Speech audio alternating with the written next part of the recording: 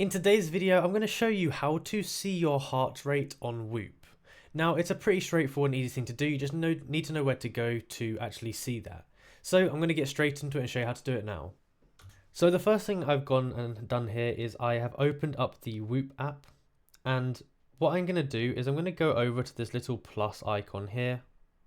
And from the plus icon, you can actually click on the button that says Start Activity. So if you click on that, that's going to instantly show you what your heart rate currently is.